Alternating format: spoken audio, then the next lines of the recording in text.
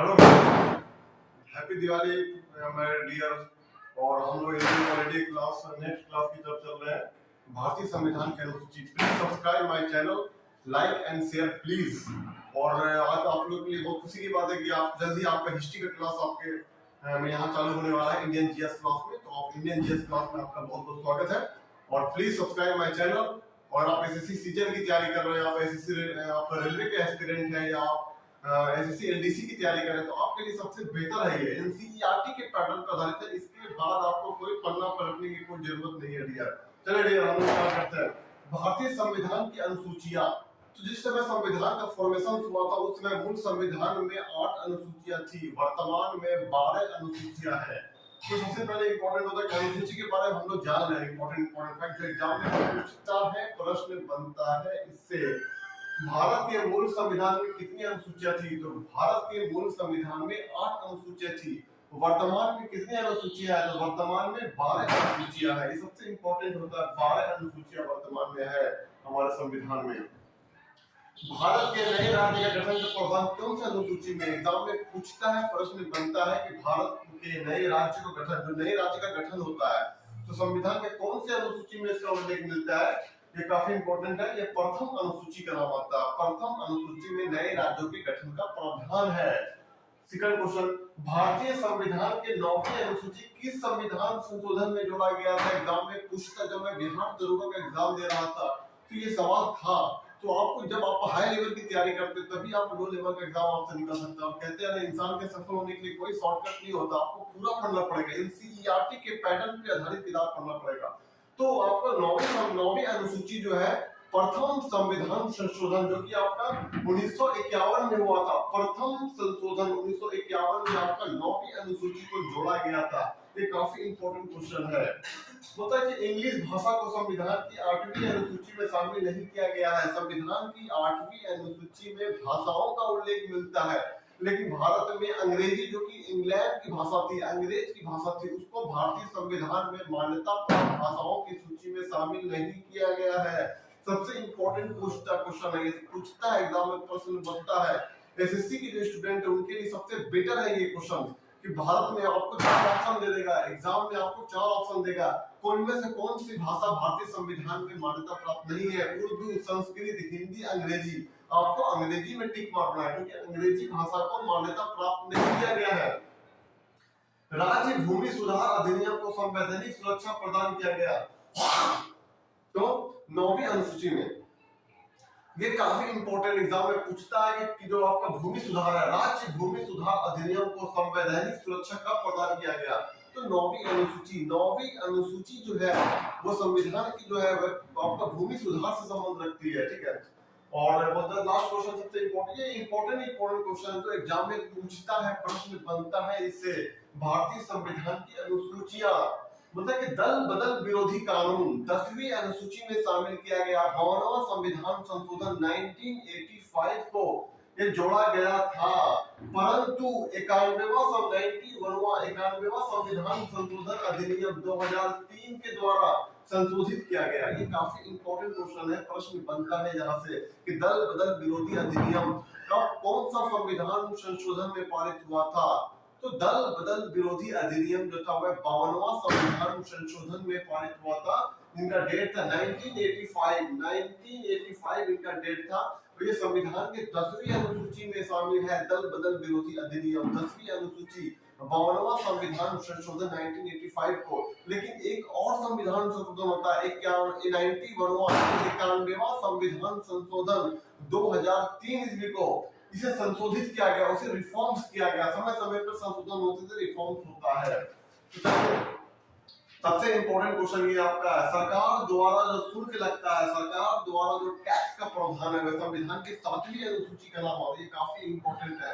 सरकार के द्वारा जो शुल्क एवं कर लगाने का प्रावधान है, सरकार जो टैक्स लगाती है, सरकार जो कर लगाती है, वो 7वीं अनुसूची से संबंध रखता है। एग्जाम में पूछता है एसएससी सीजीएल का प्रश्न ये है कि काफी इंपॉर्टेंट है यार। एसएससी सीजीएल में ये क्वेश्चन पूछ लिया गया है कि जब सरकार द्वारा शुल्क एवं टैक्स का प्रावधान कौन सी सूची में है? तो ऑप्शन देगा 5, 6, 8, 9, 7वीं अनुसूची मानिएगा। इंपॉर्टेंट है, ये आपको याद रखना है। क्वेश्चन को मुंह पे याद रखना, ऑब्जेक्टिव की जरूरत नहीं पड़नी चाहिए आपको। तो चलिए हम देखते हैं प्रथम अनुसूची। प्रथम अनुसूची होता है राज्य एवं संघ राज क्षेत्र के बारे में बताता है कि भारत में 28 राज्य और भारत में 8 यूनियन टेरिटरी है, जिसमें दादर और नगर हवेली और दमन और दीव को मिला दिया गया। पहले 9 था और अभी वर्तमान में 8 यूनियन टेरिटरी है, 28 राज्य है। दमन और दीव और दादर और नगर हवेली को मिला के 8 यूनियन टेरिटरी है भारत में। तो प्रथम अनुसूची में ये देखने मिलता है राज्य और संघ राज्य क्षेत्र। भारत में कितने राज्य हैं, भारत में कितने संघ राज्य क्षेत्र है, उनका प्रावधान जो है प्रथम अनुसूची में है। और प्रथम अनुसूची में हम आपको एक और बताए थे, नए राज्य का जो गठन है, नए राज्य का जो गठन है वो आपको प्रथम अनुसूची में ही मिलता है प्रावधान। दूसरी अनुसूची राष्ट्रपति हो गया, राज्यपाल हो गया, या बोलते हैं CAG comptroller and auditor general, Bharat का लोक लेखा नियंत्रक परीक्षक जिसको बोलते हैं, या लोकसभा एवं राज्यसभा के अध्यक्ष का वेतन। यानी संविधान की दूसरी अनुसूची में वेतन का प्रावधान है, चाहे वो राष्ट्रपति हो या राष्ट्रपति हो या फिर राज्यपाल हो, लोकसभा का अध्यक्ष हो, या जिसे कैग बोलते हैं कंप्ट्रोलर एंड ऑडिटर जनरल, जो आर्टिकल 148 में इनका प्रावधान है। भारत का लोक लेखा नियंत्रक परीक्षक जो पैसा का लेखा जोखा तैयार करता है। 148 आर्टिकल में जब मैं आपको लोक लेखा नियंत्रक परीक्षक के बारे में बताएंगे तो उनको डिटेल से बताएंगे। फिलहाल अभी आपके लिए इतना ही जानना जरूरी है। संविधान की दूसरी अनुसूची में राष्ट्रपति हो गया या राज्यपाल हो गया या लोकसभा का स्पीकर हो गया, उनके वेतन की प्रक्रिया है। संविधान की तीसरी अनुसूची राष्ट्रपति हो गया या सांसद हो गया, उनको शपथ का प्रावधान है। शपथ आर्टिकल 3 अनुसूची 3 में आपका शपथ का प्रावधान है। ये एग्जाम में पूछता है, प्रश्न बनता है यहाँ से। संविधान की चौथी अनुसूची राज्यसभा को प्रतिनिधित्व करती है। एग्जाम में पूछता है कौन सा क्षेत्र में राज्यसभा में कितना सीट होगा, वो संविधान की चौथी अनुसूची का प्रावधान है। ये काफी इंपॉर्टेंट है।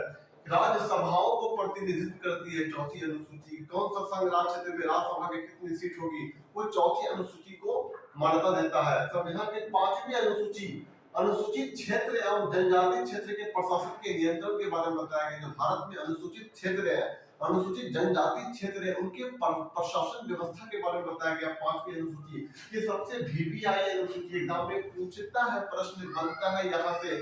संविधान में किस अनुसूची में अनुसूचित जाति या एससी एसटी क्षेत्र के प्रशासन व्यवस्था के बारे में बताया गया है? तो पांचवी अनुसूची, ये काफी इंपॉर्टेंट है। आगे ये छठी अनुसूची बोलते हैं असम हो गया, मिजोरम हो गया, मेघालय हो गया, त्रिपुरा हो गया, इन सब जनजाति क्षेत्र के प्रशासन के बारे में बताया गया। छठी अनुसूची को कैटेगराइज कर दिया गया, असम, मिजोरम, मेघालय और त्रिपुरा। भारत के 4 क्षेत्र जो है जनजातीय ट्राइबल्स एरिया के क्षेत्र है। असम हो गया, मिजोरम हो गया, मेघालय हो गया, त्रिपुरा हो गया। तो भारत के 4 जो ये ट्राइब्स क्षेत्र है, उनके क्षेत्रों के प्रशासन व्यवस्था के बारे में बताया गया।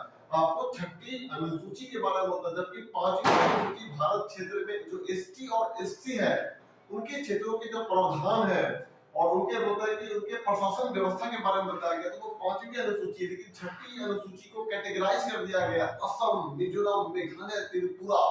तो ये काफी इंपॉर्टेंट है। वहां की जो शासन व्यवस्था है, वहां का जो प्रावधान है, प्रशासनिक प्रावधान, वो आपको छठी अनुसूची में माना जाता है। आपका आता है सातवीं अनुसूची।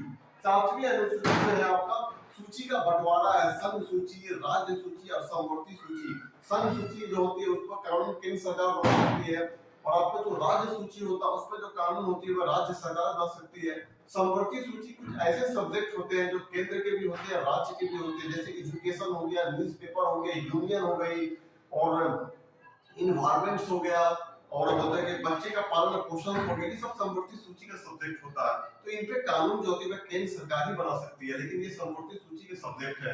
तो ये काफी इंपॉर्टेंट है, दोनों में आते हैं, केंद्र का भी मामला आता है, राज्य का भी इसमें इंटरफेयर होता है। ये समवर्ती सूची है, जिसमें हमारे संघ सूची के बारे में बताया कि काफी इंपॉर्टेंट है कि आपको संघ सूची, राज्य सूची और समवर्ती सूची में डिस्ट्रीब्यूट करता है। सातवीं अनुसूची जो है सूची का बंटवारा करता है, संघ सूची, राज्य सूची, समवर्ती सूची। ये काफी इंपॉर्टेंट है। फिर आता आठवीं अनुसूची में संविधान में मान्यता प्राप्त वैध भाषाओं का उल्लेख मिलता है। संविधान की किस अनुसूची में भाषाओं का उल्लेख मिलता है? तो आपका आठवीं अनुसूची है। आठवीं अनुसूची में संविधान में वैध भाषाओं का उल्लेख मिलता है, 22 भाषा का उल्लेख मिलता है। ये काफी आपका इंपॉर्टेंट है डियर। तो देखिए डियर, आगे हम लोग देखते हैं 10वीं अनुसूची। तो तो 10वीं अनुसूची के बारे में बोलता दल बदल विरोधी अधिनियम, जो बोले थे हम 52वां संविधान संशोधन 1985 ईस्वी को 10वीं अनुसूची में शामिल किया गया था। दल बदल विरोधी अधिनियम 52वां संविधान संशोधन 1985 को ये शामिल किया गया है 10वीं अनुसूची में। 11वीं अनुसूची बोलते हैं पंचायती राज्य, जिसमें आपका 73वां संविधान संशोधन आपका पंचायती राज संविधान का आर्टिकल जो है 243 आर्टिकल पंचायती राज का नाम होता है। काफी इंपॉर्टेंट एग्जाम में पूछता है, प्रश्न बनता है संविधान के किस अनुसूची में पंचायती राज्य का उल्लेख मिलता है। तो संविधान के आपका 11वीं अनुसूची में पंचायती राज्य का उल्लेख मिलता है, जिसका संविधान संशोधन 73वां संविधान संशोधन। एग्जाम में पूछता है, प्रश्न बनते कई सारे एग्जाम में। आप बिहार दरोगा के एग्जाम दे रहे हैं, आप बिहार पुलिस की एग्जाम दे रहे हैं, आप या एसएससी सीजीएल की तैयारी कर रहे हैं, एसएससी एक्सपीरियंट है, तो एग्जाम में पूछता है कि 11वां अनुसूची में पंचायती राज को शामिल किया गया, कौन सा संविधान संशोधन में शामिल किया गया है। तो 73वें संविधान संशोधन में पंचायती राज को शामिल किया गया है। काफी इंपॉर्टेंट है। पंचायती राज 11वीं अनुसूची संविधान का 73वां संविधान संशोधन में शामिल किया गया है। 12वीं अनुसूची में नगर पालिका का उल्लेख मिलता है, जो किसके लिए 74वां संविधान संशोधन है। ये काफी इंपॉर्टेंट है, ये सबसे ज्यादा में पूछता है। इनका 1993 का प्रावधान क्या करता है, 1993 में 1993 में 74वां संविधान संशोधन भी 1993 में प्रावधान किया गया है। ये काफी एग्जाम में पूछता है, प्रश्न बनता है कि 12वीं अनुसूची नगर पालिकाओं का उल्लेख मिलता है, जिनका है 74वां संविधान संशोधन। पंचायती राज जो संविधान में जोड़ा गया 73वां संविधान संशोधन में, जबकि नगर पालिका को जोड़ा गया 74वां संविधान संशोधन में 1993 ईस्वी को। 1993 को पंचायती राज, 1993 को नगर पालिका, लेकिन पंचायती राज जो थे वह 73वां संविधान संशोधन में, जबकि नगर पालिका जो थे वह 74वां संविधान संशोधन में। इसी के साथ हमारा अनुसूची का क्लास कंप्लीट होता है। Please subscribe my channel, share and like, और हिस्ट्री का क्लास जल्दी चालू होने वाला है। Thank you dear, very very thank you.